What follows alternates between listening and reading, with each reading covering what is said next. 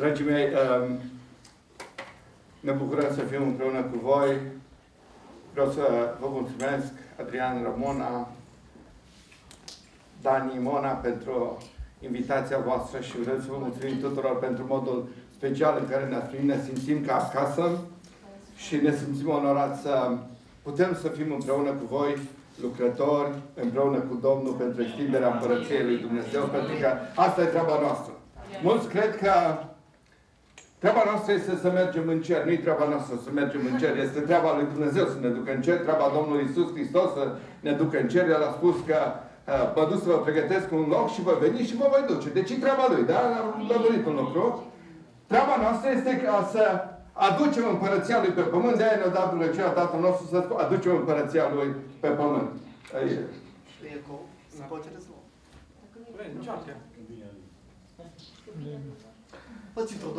Așa că să lămurim foarte bine lucrurile. Mi-a plăcut foarte fain cum a punctat Adrian lucrurile vis-a-vis de cină, pentru că dacă ar fi să ne luăm după ce înțeleg unii despre cină,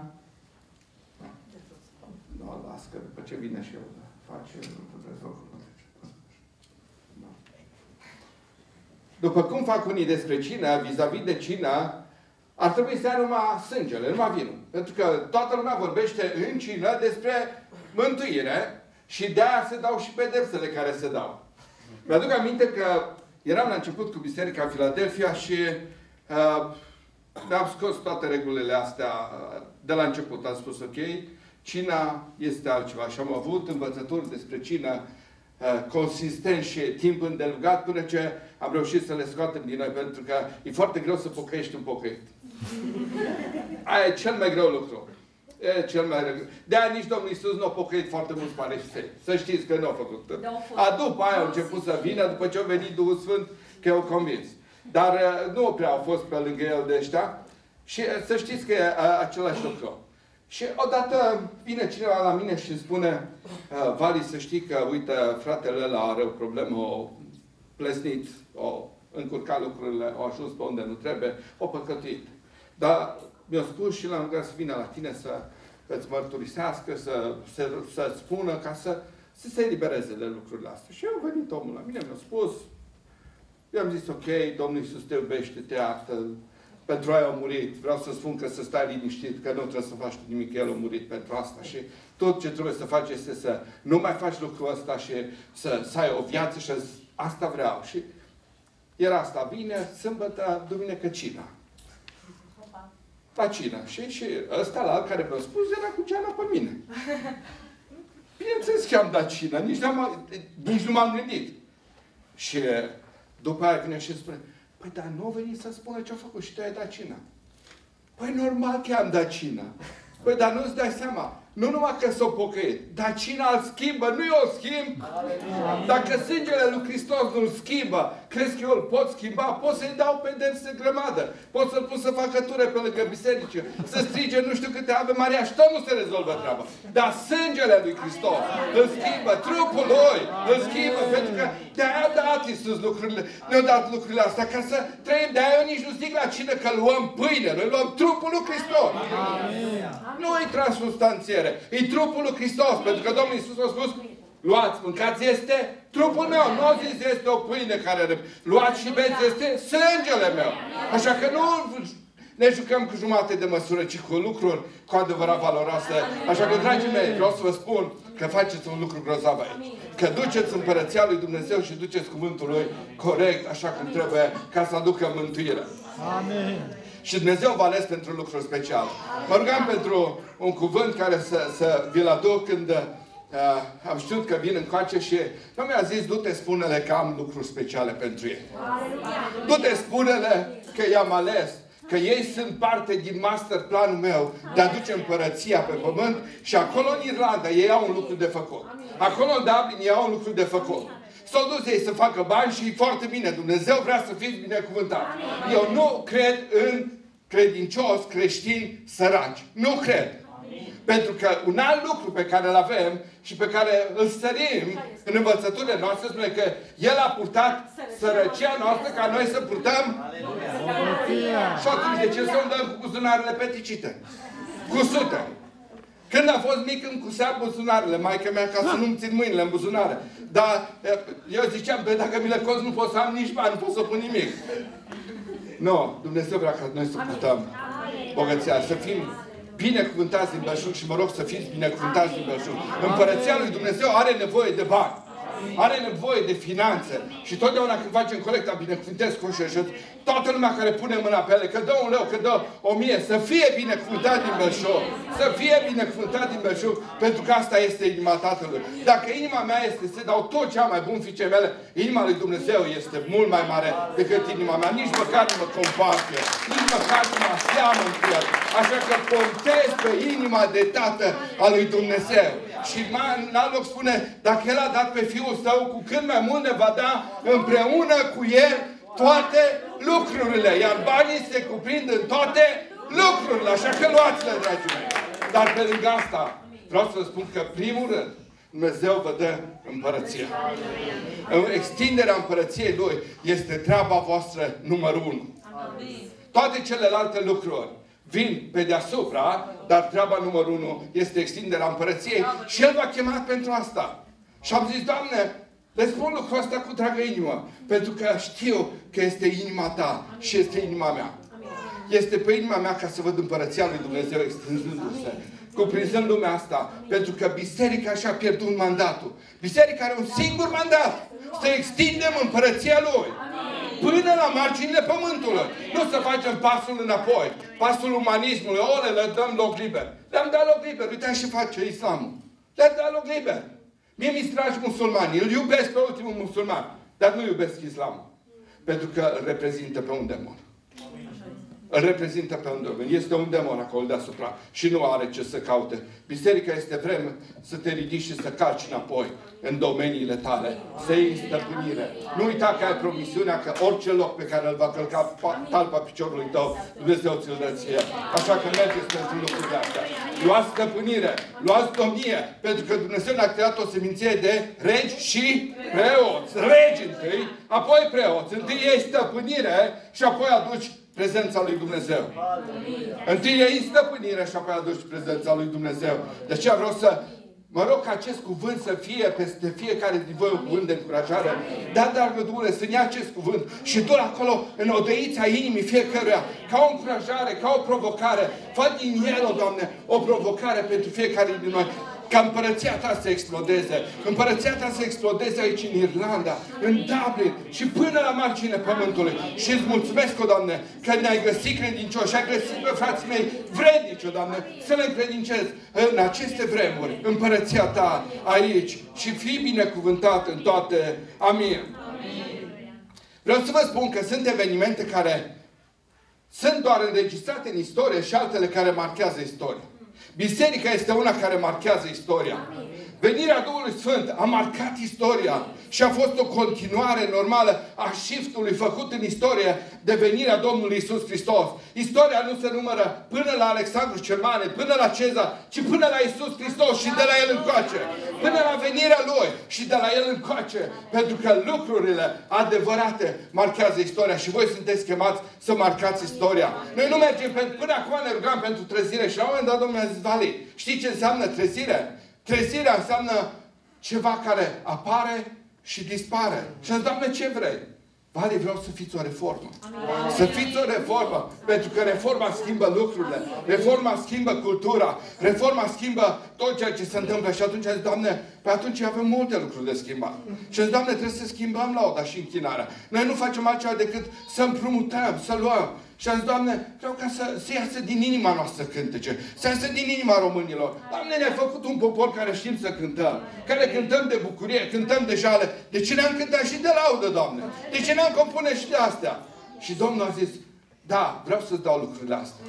Și știți că Domnul a mișcat lucrurile. Mă bucur că au ajuns cântece din astea și la voi. Și vrem ca împărăția lui Dumnezeu să fie amprentată și de inima și cântecul românilor. Fiți binecuvântați pentru asta. Și de-aia au apărut cântece care la unii nu le-au plăcut. Când am cântat, eu mi-s, Doamne, pui de dac, a fost cel mai vizitat site și cea mai în toate comunitățile românești de peste tot. Și s-au luat unii de cap într-o parte în alta și au zis, Vali, dar cum ai permis? Nu erai în biserică. Zic, nu, a fost primul. Ia uite, vezi acolo ăla. Nu mă vezi pe mine, dar îmi vezi chelia, eu ăla. Am crezut că n-ai fost acolo de cântat așa. Nu. A fost cântec la comandă. A zis, băieți, noi trebuie să spunem că îl iubim pe Dumnezeu. Că nu ne temem de nimic, că până acum am dat înapoi. Și au venit alții și m-au zis, cum poți să spui că nu te temi de dracu? Cum adică? Cum să mă tem? De ce să mă tem? Dacă Biblia spune că mai tare este cel care este în mine decât cel care este în lume, înseamnă că e mai tare decât ăla și toți șefii lui. Și toată echipa lui. Și de ce să încep eu să tremur în fața unui care deja tremură înaintea mea?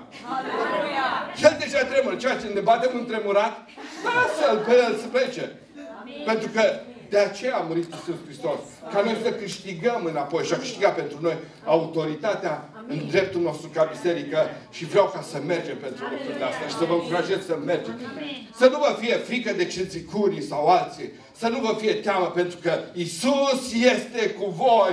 Duhul este cu voi și în voi. Și nu este o putere de mâna a doua, ci este Duhul care l-a înviat pe Iisus din morți. Și dacă nu El a înviat pe Iisus din morți și a schimbat lucrurile, schimbă tot pe unde mergeți voi și ce atingeți voi. Fiți binecuvântați și Domnul să fie cu voi. De aceea, când ne rugăm ca împărăția Lui să vină pe pământ, vrem ca cultura pământului să fie amprentată de cultura cerului. Ce se întâmplă în cer, să se întâmple pe pământ. De aia, trupul Domnului schimbă lucrurile. Vedeți, este o mare diferență în ce se întâmplă cu trupul Domnului și prin trupul Domnului și prin sângele Domnului.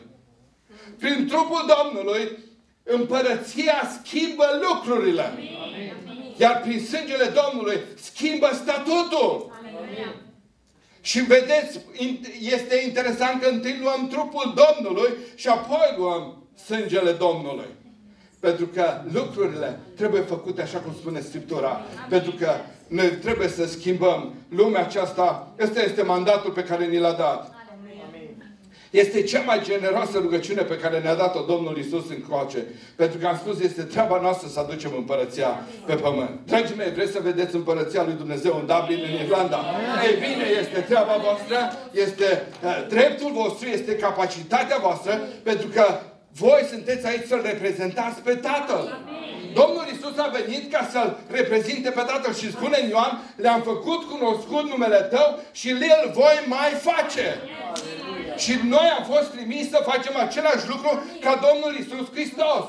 Și nu numai numele Lui, ci și împărăția Lui. De aceea treaba noastră este să continuăm ce a început Domnul Iisus Hristos să facă. Și știți cu ce s-a ocupat Domnul Iisus? Să distrugă lucrările celui rău.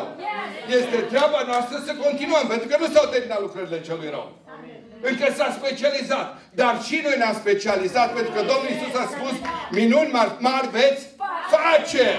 Așa că Domnul Iisus știa că diavolul va dezvolta activitățile lui. De el a spus, ok, nu contează, minuni mari veți face voi, pentru că mă duc la Tatăl și sunt acolo pentru voi.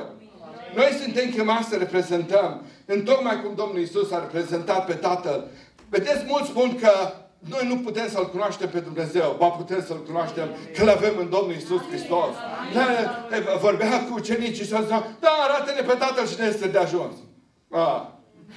Dar l-ați văzut pe mine și înseamnă că l-ați văzut și pe Tatăl. Pentru că de asta am venit.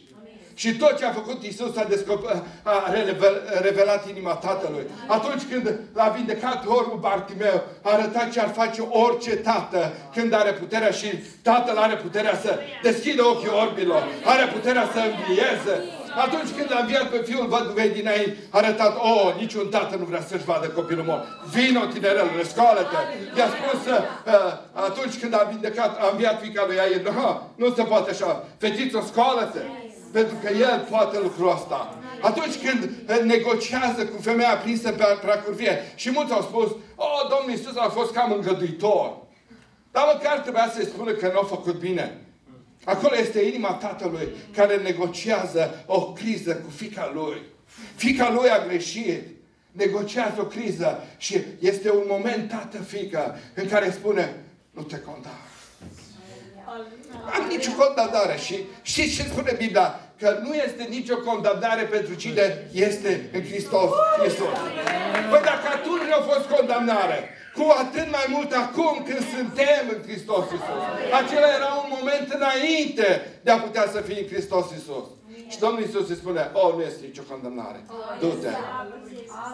Este un moment, tată, fiică. Momentul crucii este momentul suprem al descoperirii inimii de Tată.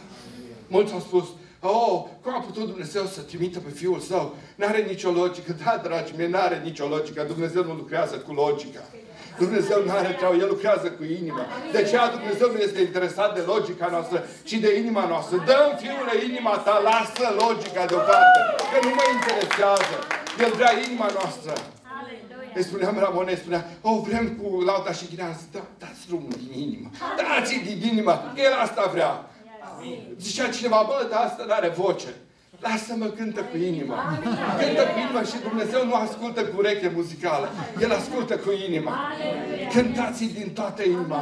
Dar aduceți-i laude. Noi aici nu aducem prezența lui Dumnezeu, ci aici celebrăm prezența lui Dumnezeu. Și atunci când celebrezi prezența lui Dumnezeu, nu poți să stai, nu te poți opri, nu poți decât să-L lauzi pe Domnul. Noi nu asta facem. Pentru că prin asta s-a ridicat din dărâmătura lui cortului David. Mulți au spus, lauda și închinarea este un instrument prin care aducem prezența lui Dumnezeu. Nu. Dragii mei.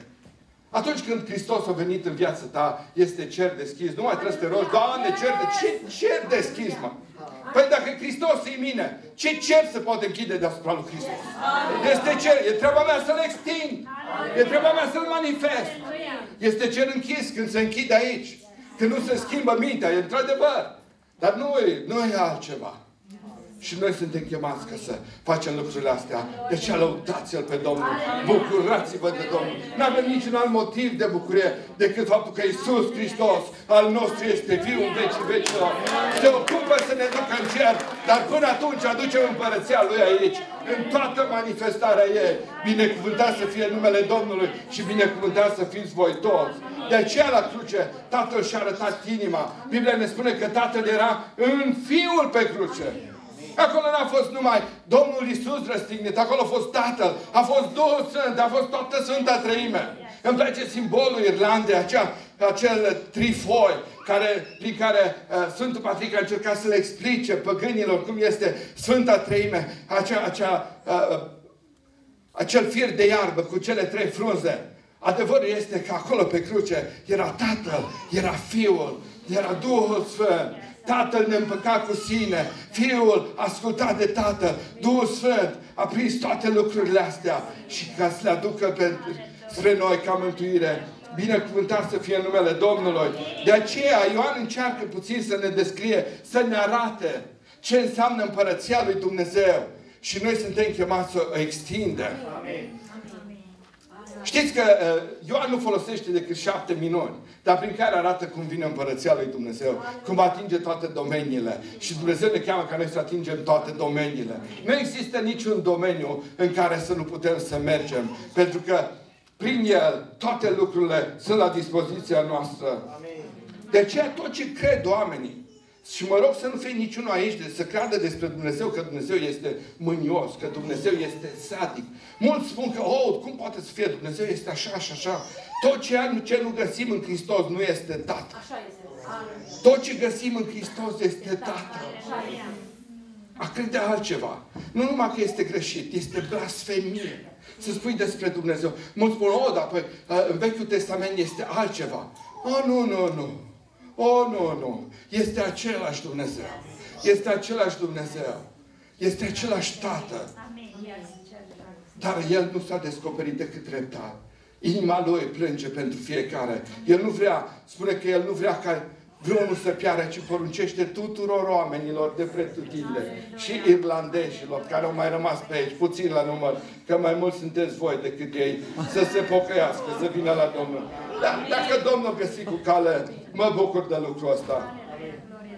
Și mă bucur că putem spune noi românii că suntem peste tot. Suntem o națiune internațională. Domnul bun a găsit cu cale să facă lucrul ăsta. Pentru că dacă nu-i alegea pe evrei, alegea pe români. La capitolul încăpățânare suntem la picior de egalitate. Te mulțumim pentru harul care îl are pentru noi în zilele astea. De aceea, Tatăl a trimis pe Fiul să-L reprezinte. Fiul ne-a trimis pe noi să-L reprezentăm. Ne-a trimis ca să-L reprezentăm pe Tatăl. De aceea, ori de câte ori mergi undeva, oriunde mergi, tu îl reprezinți pe Tatăl. Noi suntem ambasadori, trimiși. Asta spune Biblia, că suntem ambasadori. Asta înseamnă că ai autoritate și reprezentare. Asta înseamnă că poți să iei decizii. În măsura autorității pe care o manifesti și ai primit-o, poți să iei decizii. Știi ce înseamnă că ești ambasador în lumea celui rău? Înseamnă că tu poți să iei decizii peste ceea ce face El și să manifesti împărăția lui Dumnezeu. De aceea, dacă vezi într-un loc probleme, boală, rostește vindecare, ai autoritate. Biblia spune că orice nume trebuie să plece înaintea numelui lui Iisus Hristos. Toate bolile au nume. Toate trebuie să plece înaintea numelui lui Iisus Hristos. N-are niciuna dreptul să comenteze. Și de o boală mai nouă, capătă nume. Trebuie să plece înaintea lui Iisus Hristos. Pentru că Iisus Hristos este Domnul. De aceea, haideți să facem lucrul acesta. Pentru că vie împărăția ta nu are de-a face numai cu îndepărtarea lucrurilor rele. Mulți cred că are de-a face doar cu îndepărtarea lucrurilor rele. Nu, are de-a face în primul rând cu instaurarea lucrurilor bune care vin din Dumnezeu. Nu are de-a face numai cu îndepărtarea bolii, ci cu instaurarea sănătății perfecte. Nu înseamnă că nu se moare. Nu. Stați un pic, să nu există lucruri care sunt valabile pentru vremea asta, pentru că împărăția lui este de forma deja, dar nu încă, dar trebuie să manifeste. Dar vine o vreme când împărăția lui Dumnezeu va umpea tot pământul și nimic nu va mai schimba aceasta. Dar dacă El ne-a dat dreptul la sănătate, la vindecare, haideți să o luăm. De-aia ne-a dat trupul Lui. Și pentru încă multe alte lucruri este trupul Lui. Și nu este normal să ratăm nimic. Pentru că El s-a dat pe sine pentru noi. Ca noi să ne bucurăm de asta. Modul în care Dumnezeu l-a primit pe Natanael este modul în care Dumnezeu a sărbătorit pe unul din fiii Lui. Domnul Iisus spune despre Natanael: priviți un evreu în care nu este pic de vicleșor. Și mă rog ca El să spună despre fiecare de aici: uitați-vă la niște români. Nu este vicleșug în ei. Dumnezeu sărbătorește pe fiii Lui. Și ne cheamă și pe noi să sărbătorim pe frații noștri. Este treaba noastră să onorăm pe ceilalți, să sărbătorim. Zicea cineva: dar cum? De ce să-l sărbătorim? De ce să-l lauzi? Că să umflă în pene. Dragii mei, treaba mea este să-l onorez. El trebuie să se lupte cu eu lui. Aia e treaba lui, nu-i treaba mea. Nu o să-l fac să își biruie eu dacă eu o să-l umilesc. Dimpotrivă, o să-l stârnesc. Dar dacă eu o să-l onorez, eu ascult cuvântul lui Dumnezeu. Domnul Iisus l-a onorat pe Natanael și vorbeam cu Adi și spuneam, în condiții normale, am fi zis: cum adică tocmai pe Natanael? Că Domnul Iisus știa că o comentat. Și eu a spus: ce, poate să iasă ceva bun din Nazaret? Domnul Iisus știa. Dar Domnul Iisus îl onorează. Pentru că a fost un om sincer. A fost un om sincer. Unul care spunea ceea ce gândește. Și unul care, atunci când a realizat că Iisus Hristos este Mesia, a și spus: Domnul meu. N-a stat pe gânduri să zică: s-ar putea să mă mai răzgândesc. El a înțeles adevărul. De aceea noi suntem chemați să onorăm. Este o manifestare a împărăției lui Dumnezeu. Cinstea și onoarea între noi este fundamentală. Nu putem ca să nu-l onorăm pe fratele nostru, pe sora noastră. Știți care cel mai bun tratament pentru bârfă? Binecuvântarea, cinstirea, onorarea. Atunci când am plecat pentru Filadelfia, am avut 2 zile, am spus așa, de curățenie generală de gunoaie. Ne-am întâlnit într-o seară, s-au întâlnit fetele într-o seară, ne-am întâlnit băieții și am zis: ok, vorbirea de rău este interzisă în Filadelfia. Suntem o iubitoare de frate. Amin. Noi nu vorbim de rău pe frații noștri. Amin. Și ori de câte ori vă aduceți aminte de unul care v-a supărat, pe unul care v-a lovit în ficat, spune: Domnul să-l binecuvânteze. Domnul să-l onoreze. Amin. Domnul să-l umple de bunătăți. Amin. Și știți ce leac grozav a fost? Dar știți cine s-a vindecat primii noi? Atâta de bine ne-am vindecat, încât nu am mai dorit lucrurile astea. Bine, nu înseamnă că nu, știți cum istoria e ciclică. Solomon spune că nu e nimic nou sub soare. Au mai apărut momente de astea. Începe să binecuvântați din nou. Păi că, uite, iarăși au apărut aia, mai vorbesc așa. Nu. Spune să binecuvinteze, provocă. Nu poate să bârfească decât în doi. La oglindă nu se poate bârfi. La oglindă se face autocritică. Dar când vine și spune, Domnul să-l binecuvintez, hai să facem o rugăciune pentru el. Și tu vezi cum îi trece imediat.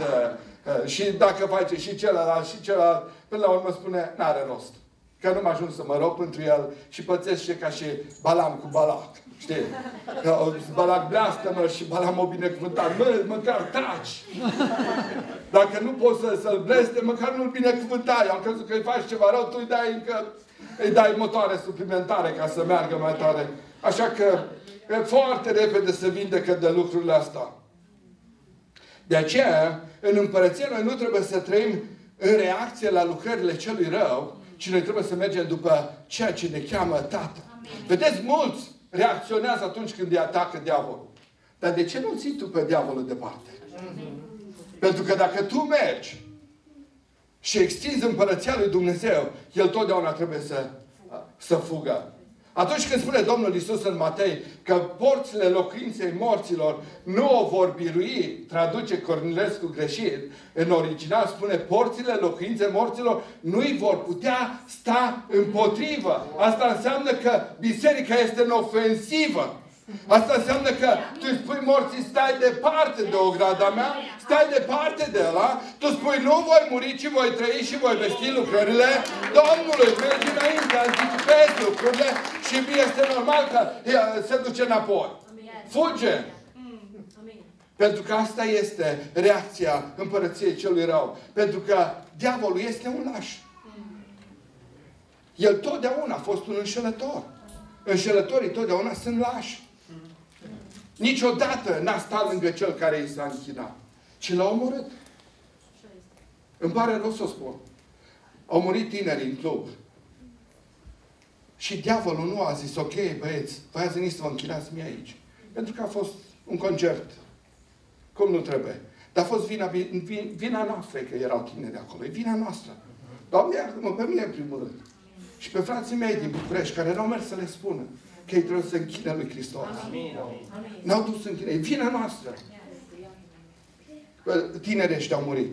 Pentru că diavolul a zis, ok, lasă că nu vă dau nicio șansă. El este un laș, nu-ți mai da a doua șansă. Pe când Iisus Hristos îți dă toate șansele. Până treci dincolo. Ai șanse. Până în ultimul moment. Exemplul tâlharului este măsura harului. Mulți au spus, dar cum? Nu. Domnul Iisus a spus, până în ultimul moment. Dacă te întorci, este har. Harul merge până în ultimul moment.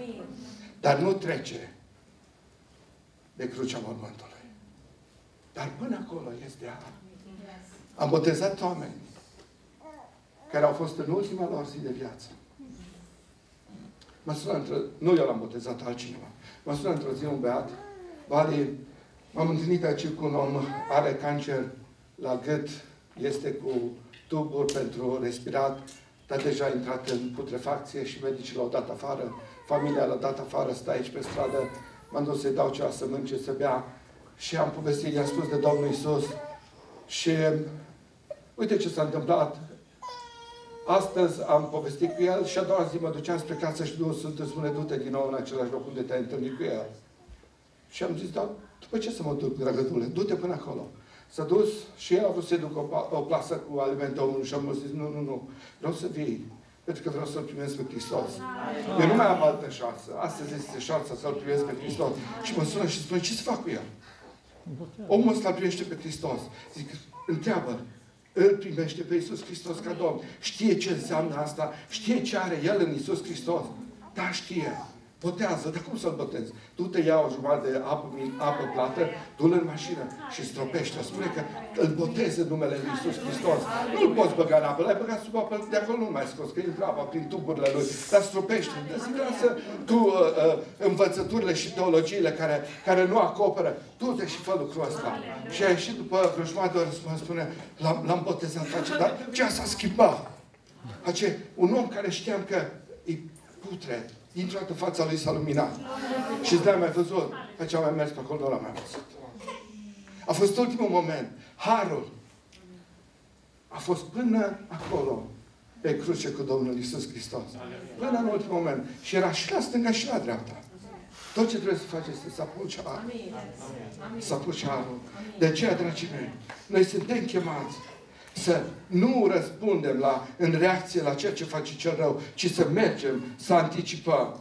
Atunci când Domnul Iisus vorbește în Matei 24 de lucrurile care au să se întâmple, Domnul Iisus nu prorocește, nu profețește necazurile și problemele, ci Domnul Iisus arată ambientul în care se împlinesc promisiunile lui Dumnezeu. Și promisiunile lui Dumnezeu sunt Ioel. Domnul Iisus spune cum vor fi zilele de pe urmă, dar Domnul spune prin prorocul Ioel, în zilele de pe urmă, și Petru ia lucrul ăsta, voi turna din Duhul meu peste orice făptură. Asta este promisiunea lui Dumnezeu. Alea-s condițiile, dar promisiunea este alta. Lumea nu se termină cu necaz, ci cu bunătățile lui Dumnezeu, spune Ieremia. Este extraordinar să știm că noi reprezentăm o împărăție care nu seamănă deloc, nici măcar cu cea pe care o descriu foarte mulți credincioși, care n-au înțeles. Și mă bucur că Dumnezeu în vremurile astea ne descoperă. Oricum, era promis prin Daniel că în vremurile de pe urmă înțelepciunea va crește. Nu înțelepciunea noastră, și cred că El a spus, înțelepciunea mea va fi revărsată din belșor. Și mă bucur să înțelegem lucrurile astea. Pentru că El ne-a chemat să fim stabili, să fim tari. Ne-a dat valori.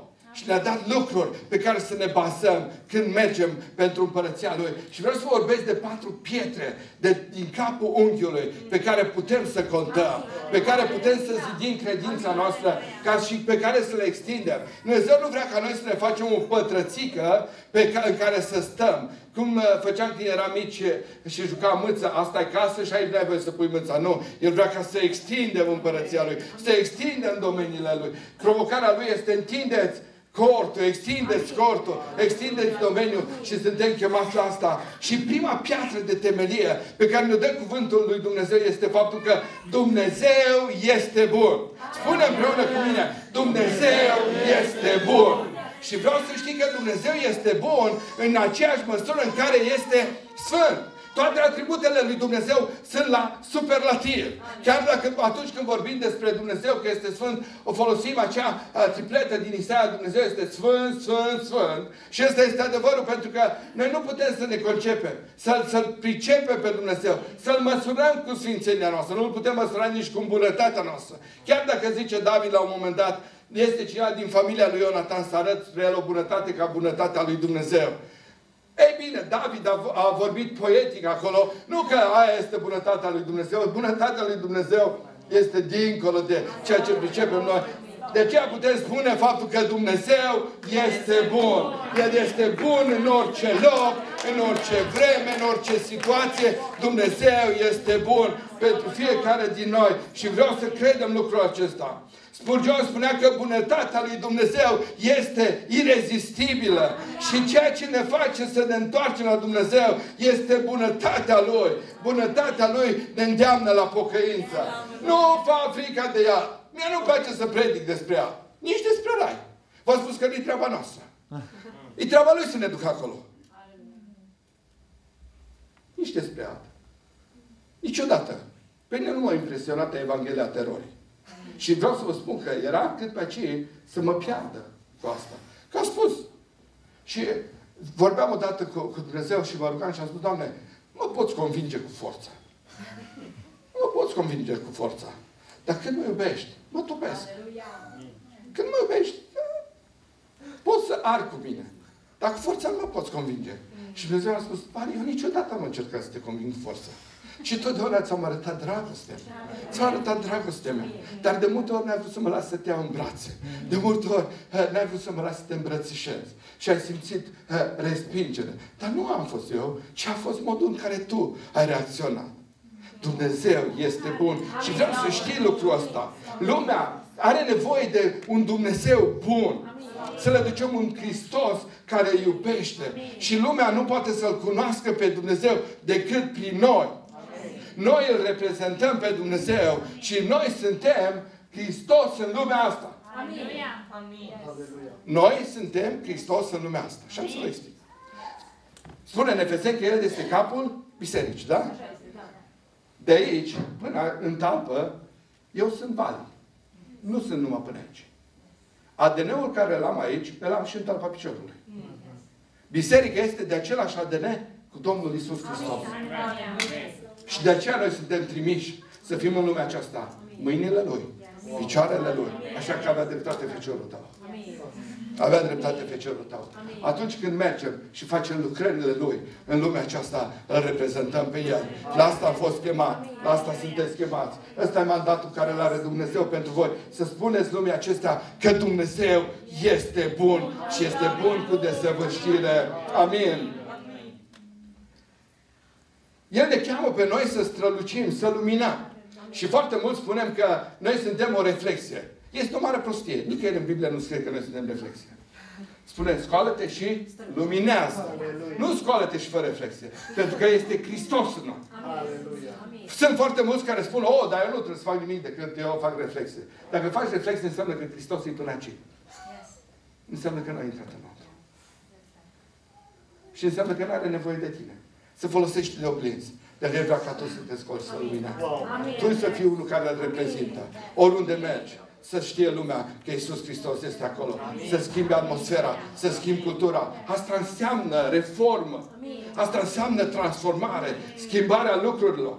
Apoi, vreau să știi că a doua piatră este faptul că nimic nu este imposibil pentru Dumnezeu. Dumnezeu este specialist în lucrurile care oamenilor li se pare imposibile. Dumnezeu spune, care e problema? Și Biblia ne spune că totul este cu putință celui ce crede. Deci nu numai lui Dumnezeu, ci celui ce crede. Wow! Adică noi trebuie să mergem la conceptul că totul este cu putință pentru fiecare din noi. Tot ce trebuie să facem este să credem. Și când Domnul Iisus blestemă acel smochin, Domnul Iisus le spune ucenicilor, nu că și voi o să blestemați smochinul și o să o suce. Nu, dacă o să aveți credință, o să spune muntelui ăla. Deci, nu, hai să zicem că la un smochin îl poți lucra. Ai turnat un litru de clor la tulpină și a doua zi mort. Dar spune, nu, vei spune muntelui acela, ridică-te și aruncă-te mare. Și se va întâmpla. Amin. Știți că Paul Crouch, cel care a înființat IBM-ul, a experimentat treaba asta? Atunci când a făcut prima stație în LA, el a construit stația și a construit releul, pentru că asta era regula. Și în ziua în care a trebuit să facă probele, nu a putut funcționa, pentru că nu au calculat bine și au pus releul după un munte. Și nu era conexiune între stație și releu. Și când au venit tehnicieni, pentru că dacă nu emiți în ziua și la ora când trebuie, pierzi licența. Și ei au făcut probele cu o zi înainte și a doua zi trebuia să facă proba ca să le dea drumul la licență. Și când au făcut probele, le-a spus tehnicianul nicio șansă. Ați greșit locul unde a spus releul. Nu aveți nicio șansă, haideți să nu mai pierdem vremea, mai trebuie să-mi dați și mie o grămadă de bani, hai să zic că vă iert. Și seara se plimba pe balcon și se ruga și plângea și a venit copilul lui. Copilul lui avea, cel care acum este Paul Crouch Junior, care a preluat rețeaua Biblian, a venit și a spus, tati, de ce plângi? Păi uite, am ratat totul, am crezut, ce mi-a spus Domnul și a ratat, uite, este muntele ăla. Dar tati, dacă Domnul Iisus a spus că dacă crede poruncii muntelui să mute, să sară în mare, care e problema să se spune să se tragă un pic aparte? Și a zis, stai că s-o... Și a zis la tehnician, mâine, la ora stabilită, emitem. Tehnicianul, îmi pare rău, domnule, e banul tău, dacă mă chem mâine, mâine plătești. Și a zis, nu, mâine vii și emiți. Tehnicianul a venit, era unul care fuma și stătea cu țigara în colțul gurii și a început să facă probele și la un moment dat, când a emis, semnal maxim. Era cu țigara și aia picat țigara, era să prindă hainele și a zis, Domnule, ce ați făcut? Și spune, n-a făcut nimic. Dar uite ce spune Biblia. În momentul ăla și-a predat viața. Și a fost cel care a dezvoltat tehnica pentru tot ce înseamnă rețeaua tibială. Pentru că Dumnezeu este credincios. Dacă El spune un lucru, nu se contrazice. Așa că nu știu ce ți-a spus Dumnezeu, vreau să știi sigur că nu se contrazice. Pentru că totul este posibil, este cu putință celui ce crede. Și spune împreună cu mine, pentru mine, în Hristos, nimic nu este imposibil. O a treia piatră de temelie este tot ce ai nevoie pentru toată eternitatea a fost realizat la cruce. Deci nu tot ce ai nevoie pentru 80 de ani, ci pentru toată eternitatea a fost realizat la cruce. Așa că tot ce o să primim în eternitate a fost deja realizat la cruce. Nu vom câștiga nimic în plus, ci totul a fost deja realizat la cruce. Atunci când Domnul Iisus Hristos spune că mă duc să pregătesc un loc, la cruce, El a câștigat acel drept să pregătească acel loc. La cruce, El a câștigat acel loc. Pentru fiecare din noi. Așa că nu va trebui să te gândești în veșnicie, wow, ce a mai făcut Domnul Iisus în plus? Nu. La cruce a făcut totul. Așa că tot ce ai nevoie acum a fost realizat la cruce. Și tocmai am sărbătorit lucrul ăsta în cină.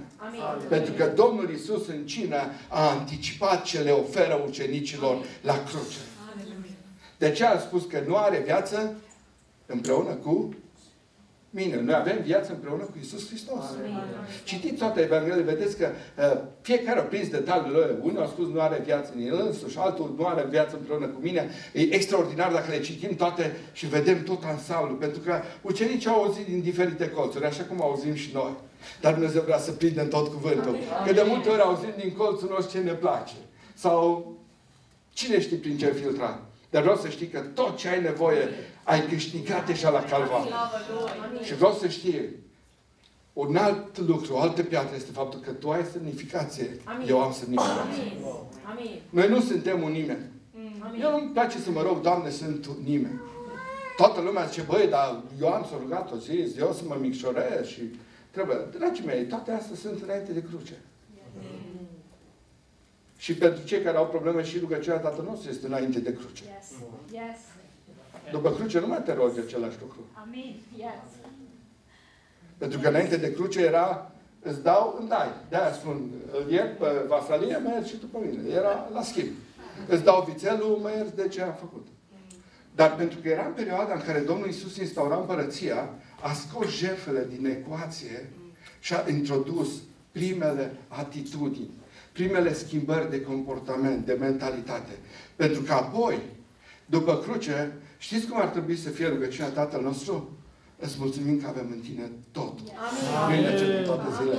Și îți mulțumim că putem ierta cum ne-a iertat Hristos. Cam așa ar trebui spus. Dar în rest rămâne la fel. Pentru că deja împărăția se manifestă. Domnul Iisus a spus de împărăție pentru că El deja a zis împărăția este în mijlocul vostru. Împărăția era acolo și ucenicii trebuia să facă același lucru. Pentru că deja împărăția intrase în ei. Și trebuia să o manifeste. În momentul în care Iisus a intrat în tine, a intrat împărăția. Manifestă-o. Pentru că numai așa îl poți reprezenta pe Dumnezeu. Manifestând împărăția Lui. Visul lui Dumnezeu pentru fiecare din noi este important. Pentru că Dumnezeu vrea ca atunci când visul Lui pentru tine se împlinește, să știi că Dumnezeu visează mare pentru împărăția Lui și tu mergi pentru lucrurile astea. Nu îmi place de cei care spun și știu, de multe ori noi greșim și ne gândim, nu trebuie să se gândească că Dumnezeu îl binecuvintează în viața viitoare. Dați-mi voie să vă spun că în viața viitoare n-am nevoie de bani, nu-mi trebuie o mașină, nu-mi trebuie nici avion, pentru că mă duc unde vreau, când vreau, la orice oră, am totul la dispoziție, nu trebuie nici să am card cu acoperire sau fără acoperire. Dar acum îmi trebuie. Acum îmi trebuie. Și pentru vremurile astea, El are lucrurile astea pentru noi. Și este normal ca să luăm binecuvântările astea. Să mergi când Dumnezeu o spune. Să nu spui, eu trebuie să rămân smerit. Nu. Aia nu e smerenie. Aia e înșelăciune. Smerenia trebuie să fie numai sub mâna cea tare a lui Dumnezeu. Adică dacă Dumnezeu zice, vreau să te binecuvintez, să spui, da, Doamne, am intrat, sunt aici, mă bag. Aia înseamnă să fiu smerit sub mâna cea tare a lui Dumnezeu. Și când zic alții, wow, cum se întâmplă? Lui eu, Dumnezeu. Este grozav, tati. Tati mi-a dat o moștenire. Mi-a dat un cec înalt. Dumnezeu vrea ca fiecare din noi să avem asta. Știți că atunci când Solomon se roagă, Dumnezeu îi dă un cec înalt. Și spune, Solomoane, ce vrei? Ține cecul înalt, scrie ce vrei. Doamne, dă-mi înțelepciune. Solomone, îți dau mai multă. Și pentru că ai cerut ce-mi place, îți dau multe deasupra. Celelalte, oricum n-am ce face cu ele, ți le dau ție, că mi-ești drag. Știți că nouă Dumnezeu nu ne-a dat un cec înalt? Nouă ne-a dat un carnet de cecuri. Știți ce le spune ucenicilor? Cereți orice, oricând, oriunde și vi se va da. Deci acolo spune nu că cereți odată, ci oricând, oriunde veți cere, vi se va da. Asta este carnet de cecuri, fără ca să aibă număr limitat de file și cu acoperirea cerului în ea. Dar Dumnezeu vrea ca noi să știm. De aceea Iisus a venit într-o lume de orfani să ne-L descopere pe Tatăl. Pentru ca orfanii să-L descopere pe Tatăl. Să nu mai fie orfani, ci să fie fii. Pentru că numai fii au dreptul la aceasta. Numai fii pot să meargă pentru asta. Și pentru ca să fii fiu, trebuie să înțelegi cine ești, de unde vii, unde mergi, ce ai la dispoziție. Ne uităm de multe ori la spălarea picioarelor și am pus-o deoparte. Și ne zicem, dar nu este un lucru foarte important. Nu înțelegem de ce a făcut. Haideți să deschidem în Ioan, pentru că vreau să închei cu asta. Ioan 13, de la 3 la 5. Vrei să-mi proiectezi?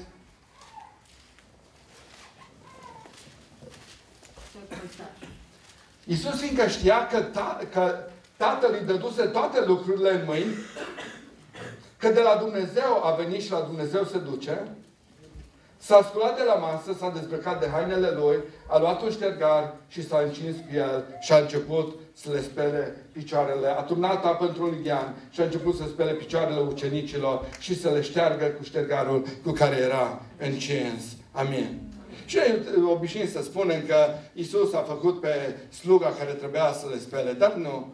Uitați-vă ce spune. Pentru că știa că Tatăl îi dăduse toate lucrurile, știa de unde vine și unde merge. Este chemarea noastră la slujire. Noi suntem chemați să slujim cu o inimă de rege. Nu cu o inimă de servitor. El știa că are toate lucrurile, că vine de la Dumnezeu. El știa că nu este fiul Mariei și al lui Iosif, un copil al adulterului, cum l-au numit alții, ci că el vine de la Dumnezeu și acolo se duce. Știa că are toate lucrurile la dispoziție. Atunci când înțelegi lucrul ăsta, poți să slujești. Atunci nu ai nicio problemă. Știi că tu nu poți ca să fii detronat de pe poziția pe care o ai. Iisus a știut că nu are nicio problemă dacă le spală picioarele. Știa că nu e nicio problemă, dar știa că eliberează în destin. Spălarea picioarelor a fost momentul eliberării în destinul lor, a ucenicilor. A fost momentul înălțării lor de către Iisus. Iisus a spus lui Petru, Petre, sunt onorat ca începând de astăzi să fiu împreună lucrător cu tine în împărăție. Eu mă duc la cruce, dar tu ești unul cu mine. Te eliberează în aia. Nimic nu te mai leagă de lucrurile astea. De ele spune, trebuie să vă spăl picioarele, mai sunt lucruri. La Petru trebuia să mai spele un pic din orgoliu, mai trebuia să spele un pic din frica de slujitoare și noi avem de multe ori frică de slujitoare, frică de colegul de muncă, frică de ce zice cutare și Domnul Iisus vrea seara asta să spele picioarele spunându-ți cine ești în El. Să știi că cine ești tu, să știi că ai o identitate care nu depinde de ceea ce faci, ci depinde de cine este Tatăl tău. Mulți cred că identitatea lor este marcată de ceea ce fac. Și de multe ori îi numim pe oameni după meseria lor. Nu-i numi așa. Pentru că Dumnezeu nu-l numește strungarul, frezorul, inginerul, doctorul. Și Dumnezeu îl numește, spune, te chem pe nume, ești al meu. Dumnezeu nu vorbește, noi vorbim așa pentru că vrem ca să îl limităm, să-i spunem, tu ești asta, știi să strângi două șurupuri, ăla e mai grozav că scoate dinți sau îți scoate apendicită, ăla e mai grozav că face cutare. Dar Dumnezeu spune, nu, tu ești Vasile, Fiul lui Dumnezeu. Pentru că în arborele nostru genealogic toți îl avem pe Tati. Atunci când Luca prezintă linia genealogică a Domnului Iisus Hristos, se duce și până la Adam, dar spune Fiul lui Dumnezeu. La fel spune despre fiecare din noi.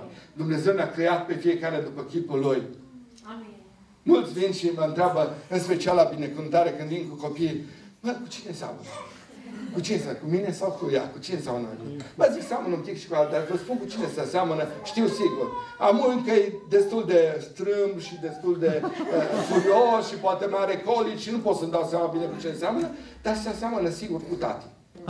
Dar nu cu tine, ci cu tati. Pentru că fiecare din noi a fost creat după chipul și asemănarea Lui.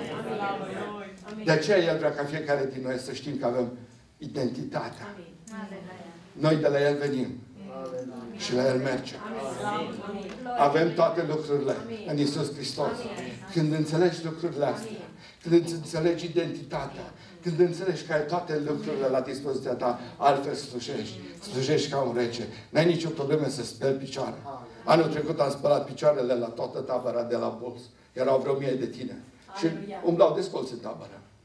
Și am chemat păstorul și zis, ok, trebuie să eliberăm generația de Beniamin în destinul ei. I-am ținut blocat destul la, hai să eliberăm, hai să le spunem că Dumnezeu are o promisiune pentru ei, hai să le spălăm picioarele. Și au zis păstorii, wow, o facem cu drag. Au fost copii care și-au predat viața acolo. A venit tremurând și a venit aici pentru cancici. Dar l-am găsit pe Hristos. După masă l-am botezat. Pentru că Dumnezeu schimbă. Dumnezeu transformă. Altul a venit și a zis, Domnul mi-a vorbit că trebuie să binecuvântez. Eu n-am mai făcut aia. Explică în ce înseamnă că trebuie să binecuvântez pe aceea. Am parc auto acasă și am văzut că soția ta se chinuie cu 3 copii, se ducă. Am o mașină mică, vreau să o dau. Cum să fac lucrul ăsta? Dă-i. Da, ele și face, vii și vorbesc cu cineva să meargă să-ți o transchid. Pentru că Dumnezeu transformă. Atunci când le liberezi în destinul Lui, Dumnezeu transformă. Și asta s-a întâmplat în România. Și zici, mă, că Dumnezeu binecuvântează. Favoarea lui Dumnezeu nu este limitată. Dumnezeu nu are probleme. Favoarea lui Dumnezeu l-a urmat pe Iosif în casa lui Potifar, în închisoare, dar l-a urmat și la tron. Așa că, dragii mei, este favoare oriunde. Tot ce trebuie să faci este să te adăpostești sub mâna cetară a lui Dumnezeu. Este un Dumnezeu care schimbă, un Dumnezeu care vrea ca să faci lucrurile astea. Așa că vreau să spun, pentru că avem un Dumnezeu bun, trebuie să visăm mare. Vreau să renunț la visurile mărunte. Toate visurile care le poți realiza cu contul tău sunt visurile tale. Toate visele care nu le poți acoperi, nici măcar 10% cu contul tău, sunt visurile lui Dumnezeu. Du-te pentru alea. Avem un Dumnezeu mare.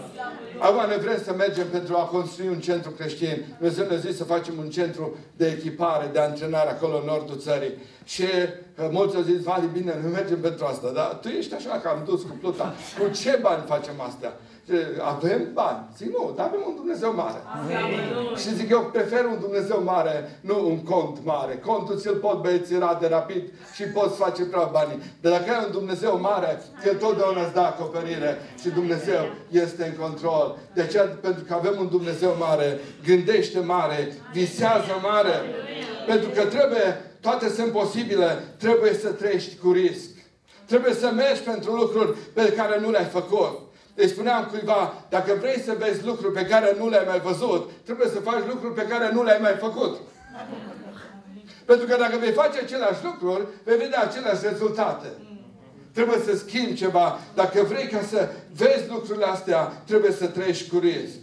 Pentru că totul este plătit. Am încredere în El când nu înțeleg. Nu înțeleg totdeauna. Nu înțeleg de multe ori când Dumnezeu spune ceva. Nu înțeleg. Pentru că mintea mea este limitată între cele două bucăți de os care formează cutia mea craniană. Acolo e limitată. Nu înțeleg. Dar vreau să cred totdeauna că totul este posibil. Când înțeleg lucrurile, e prea simplu. Când nu înțeleg, este extraordinar. Spunea Bill Johnson, o zi fără miracol este o zi plictisitoare. O zi în care Dumnezeu nu face lucruri spectaculoase este o zi plictisitoare. Pentru că înseamnă că Dumnezeu n-a fost în zonă. Sau că eram eu la golf. Pentru că am semnificație, pot sluji oricât de jos. Fără riscuri sau nesiguranță. Pentru că ceea ce sunt rămâne intact. Asta este chemarea Domnului Iisus pentru fiecare din noi. Și vreau să vă invit să ne ridicăm în picioare. Și pentru că este o zi a provocării, simt foarte puternic să spun că dacă ești în locul acesta și ai auzit lucrurile astea, este că Dumnezeu vrea să te provoce. Poate până acum ți-ai croit viața de unul singur și ai spus, eu nu am nimic de a face cu Dumnezeu. Vreau să spun că Dumnezeu are de a face cu tine. Amin. Pentru că Dumnezeu te-a creat. Și Dumnezeu are visuri extraordinare pentru tine. Poate zici, lucrurile astea sunt prea mari. O, nu! Lucrurile astea sunt pe măsura Dumnezeului nostru. Lucrurile astea sunt specialitatea lui Dumnezeu.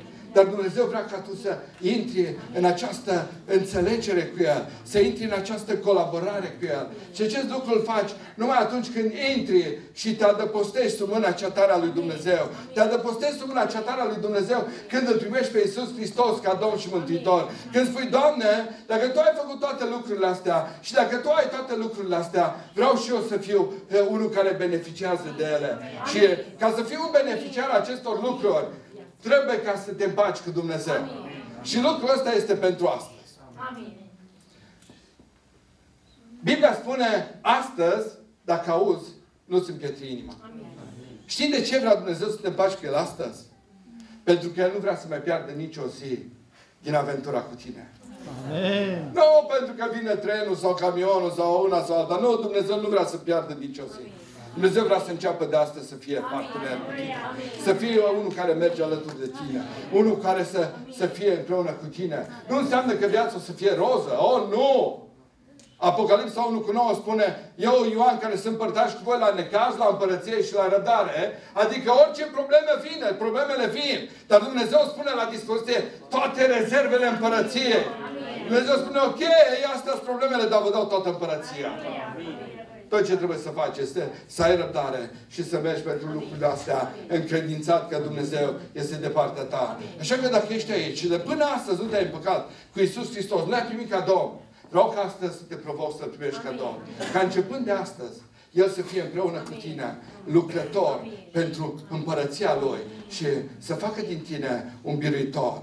Și dacă ești în locul acesta, vreau să mă rog împreună cu tine. Vreau să-i spunem lucrul ăsta. Vreau să spunem, Doamne, împărăția Ta se extinde. Împărăția Ta a adus noi împărați, noi regi, noi preoți. Așa că dacă ești în locul acesta și vrei să te împaci în seara aceasta, să-L primești pe Iisus Hristos ca Domn al vieții tale, te provoc să ridici mâna și să spui printr-un gest, vreau ca astăzi Iisus Hristos să intre în viața mea, vreau să primesc ca Domn și Mântuitor, pentru că El vrea să fie Domnul și Mântuitorul vieții tale. Așa că dacă până astăzi El n-a fost Domnul vieții tale și astăzi vrei să-L primești, ridică mâna și fă un semn, ca să știu că tu vrei ca începând de azi Iisus să fie Domnul vieții tale. Vreau să ridici mâna să-mi faci un semn. Pentru că sunt și alții cu mâinile ridicate, vreau să fiu sigur. Pentru că vreau să spun că Dumnezeu alege să onoreze gestul tău. Dumnezeu să te binecuvinteze. Dumnezeu să te binecuvinteze. Dumnezeu alege să te onoreze. Și vreau să spui împreună cu mine aceasta, Doamne Iisuse, îți mulțumesc astăzi. Mi-ai descoperit împărăția Ta. Mi-ai descoperit planurile Tale. Și m-ai chemat să fiu parte din împărăția Ta. Îți mulțumesc că sunt iertat. Că tot ce aveam nevoie s-a întâmplat la cruce. Și că viața mea, începând de astăzi, îți aparține ție. Vreau să te onorez în viața mea. În lumea mea. În casa mea. Până mă voi întâlni cu tine. Pentru totdeauna. Amin. Amin. Vreau să te provoc să vii la sfârșit să vorbești cu Adrian, pentru că sunt lucruri pe care el trebuie să le facă. Noi suntem chemați ca să ducem pe fiecare în destinul lui. Trebuie să învățăm. Domnul Iisus i-a învățat pe ucenici. Domnul Iisus n-a mers să zic, tu și tu sunteți ucenici, mergeți și faceți treaba. I-a spus, tu veniți și învățați și acolo să mergeți să faceți treaba. Sunt lucruri pe care trebuie să le facem. Și apoi vreau ca să facem o rugăciune, pentru că mă rog ca Dumnezeu să lasă peste voi o mandat de autoritate. Mă rog ca Dumnezeu să lasă. Și vineri seara la rugăciune, am și uitat, n-am făcut conexiunea cu ceea ce Domnul mi-a spus să pun ca rugăciune de final. Domnul mi-a arătat că are mantale de autoritate pentru voi. Amin. Că Dumnezeu vă trimite în autoritate și îți pregătite și Dumnezeu are pentru fiecare din voi o măsură de autoritate. Și vreau ca să ne rugăm ca Dumnezeu să facă ca tot ce este împărăția să fie transferabil în voi. Și fiecare din voi să fie îmbrăcat cu o mantat de înțelepciune. Amin. Și una de putere. Amin. Înțelepciune care să descopere împărăția și una de putere care să instaureze împărăția. Amin. Nu este suficientă numai înțelepciune ca să descoperi. E nevoie de putere ca să instaurezi împărăția. Și Dumnezeu vrea să-ți dea înțelepciune ca să înțelegi lucrurile Lui și vrea să pună puterea Lui la dispoziție ca să împlinești lucrurile Lui. Și de ce mă rog, Doamne, pentru înțelepciune peste fiecare din locul acesta. O înțelepciune de sus. O înțelepciune care vine de la tine și puterea ta să fie acolo pentru ca tot ceea ce tu le descoperi, tot ce le arăți, ca să vină în înființă, ca să vedem transformare în generația aceasta, ca să putem să vedem puterea ta cum curge peste Dublin, cum curge peste satele din jur, cum curge peste Irlanda și să știm și să spunem, mărit să fie Domnul pentru că este mâna Lui cea bună. Nu vrem noi să manifestăm această mandat de putere, ci una de străpungere. Amin. Ca noi să atragem cerul în mediul nostru pentru a-l transforma. Să atragem tot ceea ce este împărăția lui Dumnezeu să vină și să transforme lucrurile din jurul nostru. Să fim acei care marcăm istoria. Amin. Pentru că Dumnezeu la asta ne-a chemat. A început cu Iisus. Duhul Sfânt este Cel care operează asta și operează prin noi. Iar generația asta sunteți voi. Onorați-L pe Iisus Hristos. Onorați-L pe Tatăl pentru că îl reprezentați. Reprezentați-L cu cinste și onoare pentru că El este vrednic. El merită lucrul acesta pentru că Cerul întreg l-a găsit vrednic și eu cred că voi toți îl găsiți vrednic. Îl găsim vrednic să primească slava, cinstea, gloria și închinarea în orice loc și în orice vreme. Fiți binecuvântați. Amin. Amin.